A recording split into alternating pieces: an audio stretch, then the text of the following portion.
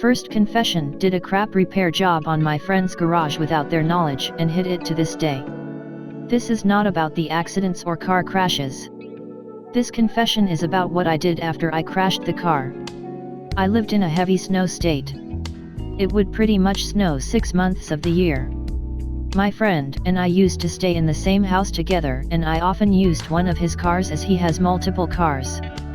I was a really poor college student and could barely afford car insurance and gas to get to college 1 hour away. Anyway, this all happened one winter a few years back. You had to drive up the driveway and turn right into the garage to park the car. The first time, yes, the first time, I crashed the car and skidded it against the garage door and wall by turning right and hitting pretty much the complete left side of the garage. I wrecked the car. The car had slid on the ice in the driveway and made the car slide into the garage. I reported it to the insurance company and paid a $500 deductible to fix everything. The total amount of the damage to fix the garage door, house siding, garage wall, and car were all over $5,000, which luckily was paid for by car insurance. I told my friend I had get it all fixed. My car is fixed. Garage guy comes out and gave a $1,300 garage fix quote paid for by my insurance. Not even 2 weeks later, I crashed the car again. Same spot. They didn't even fix the garage yet.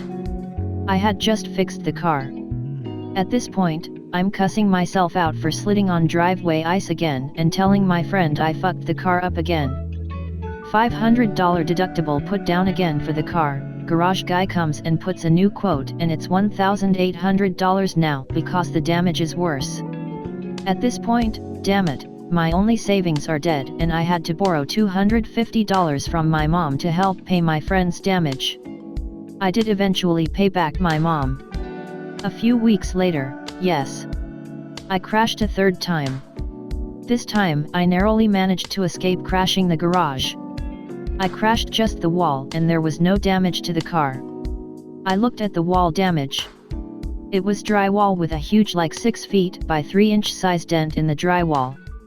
I knew since the car was not damaged, insurance would probably not pay. I was really out of money, so instead of owning up to my responsibility, I covered up the drywall and looked up online how to fix it. I fixed it after buying a $5 putty from Home Depot and slowly filled it in and did my best to match the wall texture.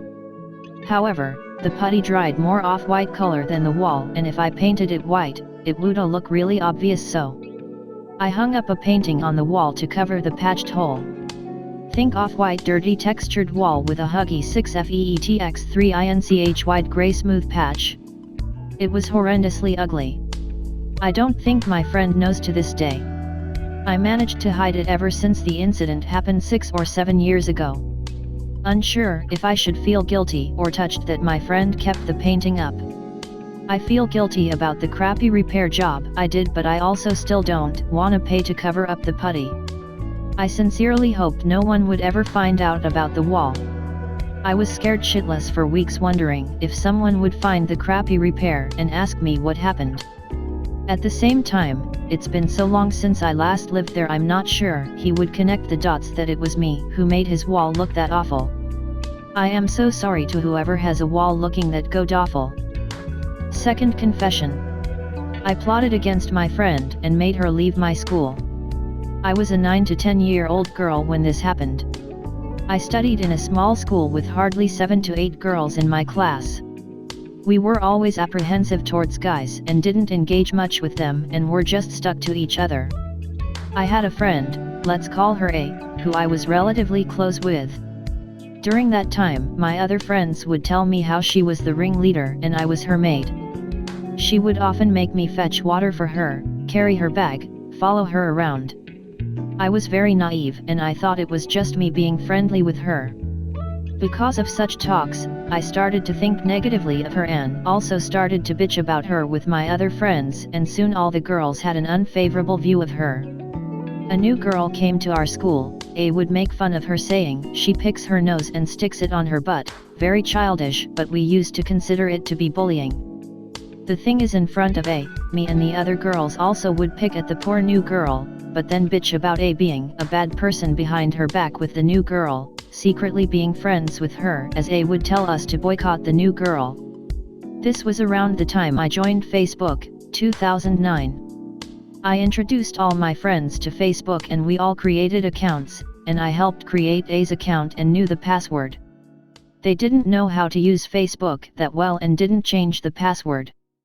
I don't know what it was with me at that time. I logged into A's account and started cursing out to all the girls, including me, using her account, called them motherfuckers and whatnot, which to 10 to 11-year-olds were huge curses, and poured all my anger out and made her the villain. Soon, all the girls saw the messages and got mad, including me who was pretending to be mad.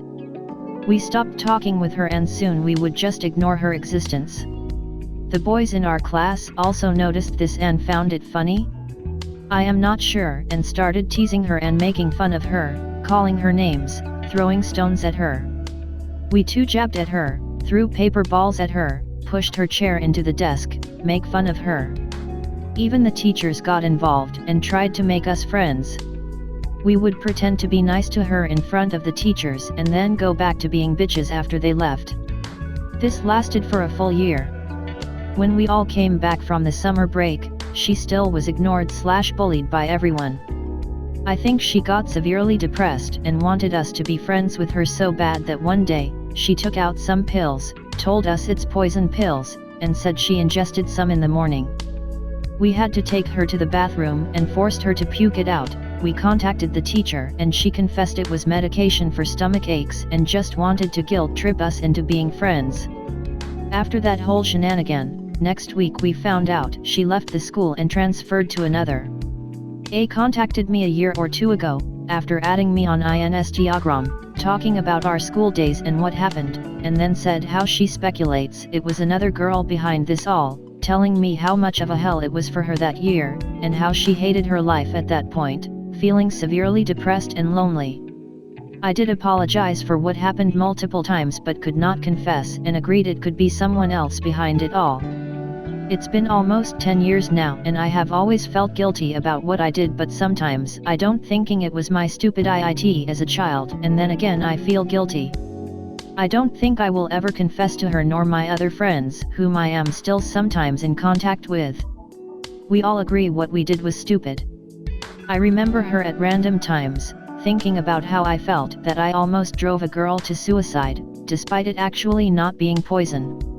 I have two best friends currently, of whom one who doesn't know her. I told what happened to her truthfully. The other was also involved in that friend group who bullied A with me, but I could also never confess to her it was me who orchestrated it all. I don't think I'll ever confess, but every time I have a chat with A, I apologize for what happened, even though I know it won't change what she feels about that time. Third confession. I put extra pizza sauce on my best friend's pizza for a year and never told her. My friend hates extra pizza sauce. She usually gets extra cheese and light sauce, but she put me in charge of the pizza when it's time to order. I am the exact opposite of her and I love extra sauce and literally no cheese, so for the past year when I've ordered her pizza I'd order extra sauce, light cheese, and she never knew. I told her one night when we were tripping and she felt so betrayed and said she knew but never doubted me because she trusted me. She still holds it over my head to this day. Before you say I could do half and half, the place I bought from wouldn't let me.